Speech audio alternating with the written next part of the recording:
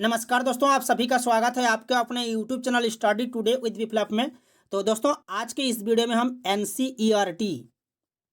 NCERT class 12 economics के यानी कि अर्थशास्त्र के कुछ इंपॉर्टेंट एमसीक्यूज देखने वाले हैं। आज के इस वीडियो में हम व्यष्टि अर्थशास्त्र का जो पहला पार्ट है, व्यष्टि अर्थशास्त्र यानी कि सूक्ष्म अर्थशास्त्र, ठीक है, माइक्रो इकोनॉमिक्स एंड इंट्रोडक्शन, परिचय, इस चैप्टर से कुछ वीवीआई एमसीक्यूज देखने वाले हैं जो कि एग्जाम में काफ़ी हेल्प करेगा। देखिए, इस पार्ट को मैंने दो भाग में डिवाइड किया हूँ, पहला भाग और दूसरा भाग। ठीक है, ये हमारा पहला पार्ट है। ठीक है, इसमें हम लोग कुछ ऑब्जेक्टिव देखेंगे और नेक्स्ट वीडियो में भी हम लोग इस चैप्टर से रिलेटेड वीवीआई ऑब्जेक्टिव देखेंगे। तो वीडियो को कंप्लीट देखना है, वीडियो को लाइक करना है, सभी दोस्तों में शेयर करना है। इस सारे के सारे क्वेश्चंस एग्जाम के लिए काफ़ी इंपॉर्टेंट है, इसलिए वीडियो को कंप्लीट देखना। तो चलिए वीडियो को स्टार्ट करते हैं। तो चलिए स्टार्ट करते हैं। पहला क्वेश्चन है आपके सामने कि निम्न में कौन सी आर्थिक क्रियाएं अर्थशास्त्र के अध्ययन सामग्री के अंतर्गत सम्मिलित की जाती है। ऑप्शन सही यहाँ पर असीमित आवश्यकताओं से जुड़ी आर्थिक क्रियाएं, सीमित साधनों से जुड़ी आर्थिक क्रियाएं। ऑप्शन सी में है ए और बी दोनों, ऑप्शन डी में है इनमें से कोई नहीं।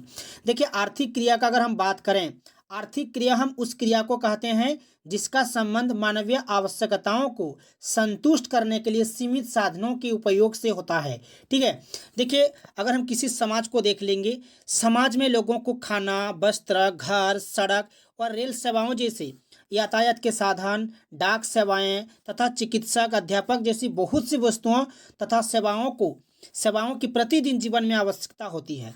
ठीक है, वास्तव में किसी व्यक्ति विशेष को जिन जिन वस्तुओं व सेवाओं की आवश्यकता होती है, उनकी सूची इतनी लंबी है कि मोटे तौर पर हम कहेंगे कि समाज में किसी भी व्यक्ति के पास वे वस्तुएं नहीं होती जिनकी उसे आवश्यकता होती है। प्रत्येक व्यक्ति जितनी वस्तुओं व सेवाओं का उपभोग करना चाहता है, उनमें से कुछ ही उसे उपलब्ध होती है। ठीक है, साधन सीमित होते हैं लेकिन आवश्यकता जो है बहुत, ठीक है, बहुत होते हैं किसी भी व्यक्ति के लिए।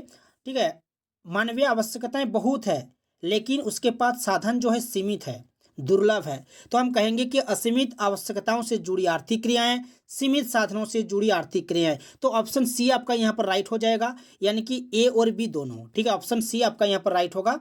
ठीक है, नेक्स्ट आपके सामने कि आर्थिक क्रियाओं के निम्न में से कौन से प्रकार है। देखिए, आर्थिक क्रिया का अगर बात करें,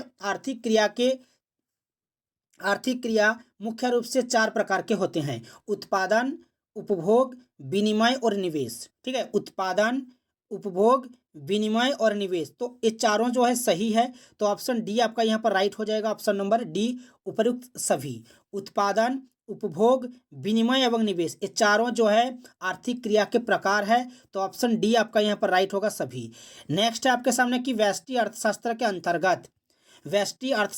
अंतर्गत निम्न में किसका अध्ययन किया जाता है। देखिए, व्यष्टि अर्थशास्त्र का अगर बात करें, सूक्ष्म अर्थशास्त्र, माइक्रो इकोनॉमिक्स, व्यष्टि अर्थशास्त्र में केवल एक व्यक्तिगत इकाई की आर्थिक क्रियाओं का अध्ययन किया जाता है। ठीक है, ये आपको ध्यान देना है कि अर्थशास्त्र में केवल एक व्यक्तिगत इकाई की आर्थिक क्रियाओं का अध्ययन किया जाता है।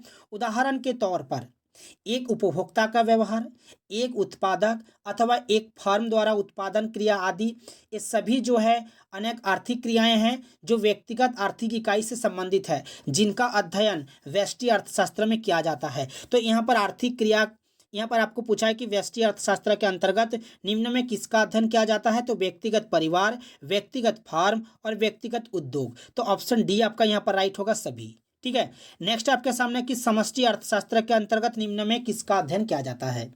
समष्टि अर्थशास्त्र के अंतर्गत निम्न में किसका अध्ययन किया जाता है।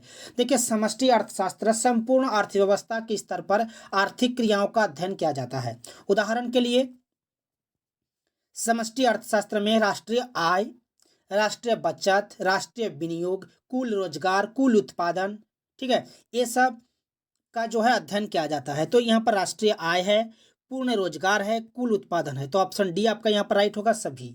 समष्टि अर्थशास्त्र संपूर्ण अर्थव्यवस्था के स्तर पर आर्थिक क्रियाओं का अध्ययन किया जाता है। ठीक है, ये आपको ध्यान देना है।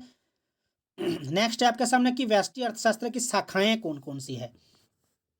ठीक है, व्यष्टि अर्थशास्त्र की शाखाएं, ब्रांचेज ऑफ माइक्रो इकोनॉमिक्स। देखिए, व्यष्टि अर्थशास्त्र की शाखाएं जो है ना, आपका वस्तु कीमत सिद्धांत हो गया, दूसरा हो गया साधन कीमत सिद्धांत, तीसरा हो गया आपका आर्थिक कल्याण का सिद्धांत। तो यहाँ पर है वस्तु कीमत निर्धारण, साधन कीमत निर्धारण और आर्थिक कल्याण। ये तीनों जो है व्यष्टि अर्थशास्त्र की मतलब मुख्य शाखाएं हैं। तो ऑप्शन डी आपका यहाँ पर राइट होगा, इनमें से सभी।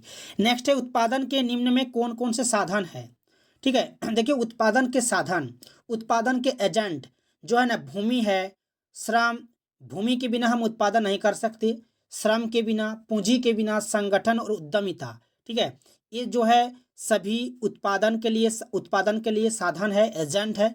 तो यहाँ पर भूमि हो जाएगा आपका, पूंजी भी हो जाएगा और श्रम भी हो जाएगा।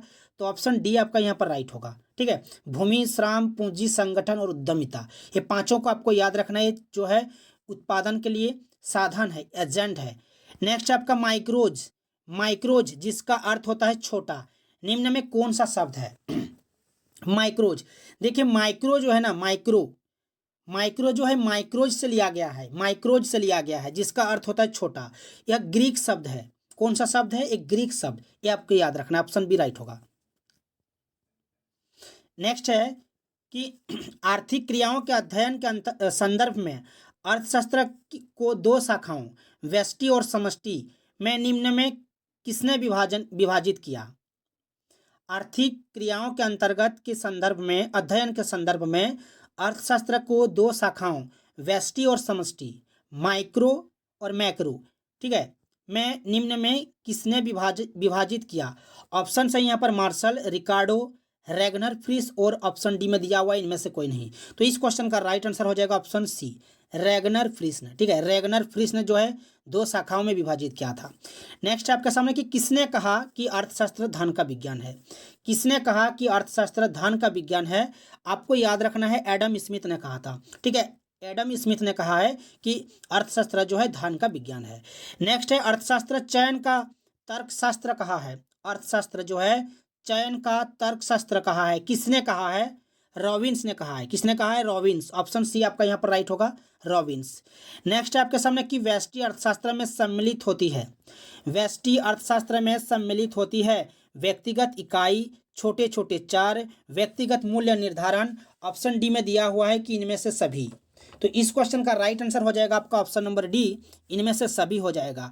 ठीक है, व्यष्टि अर्थशास्त्र में सम्मिलित होती है व्यक्तिगत इकाई, व्यक्तिगत मूल्य निर्धारण, छोटे छोटे चर। तो ऑप्शन डी आपका यहाँ पर राइट हो जाएगा।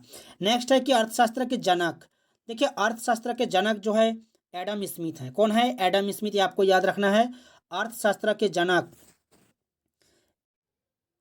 चलिए नेक्स्ट है आपके सामने कि अर्थशास्त्र की कल्याण संबंधी परिभाषा के जन्मदाता थे। Adam Smith, Marshall, Robbins, Samuelson.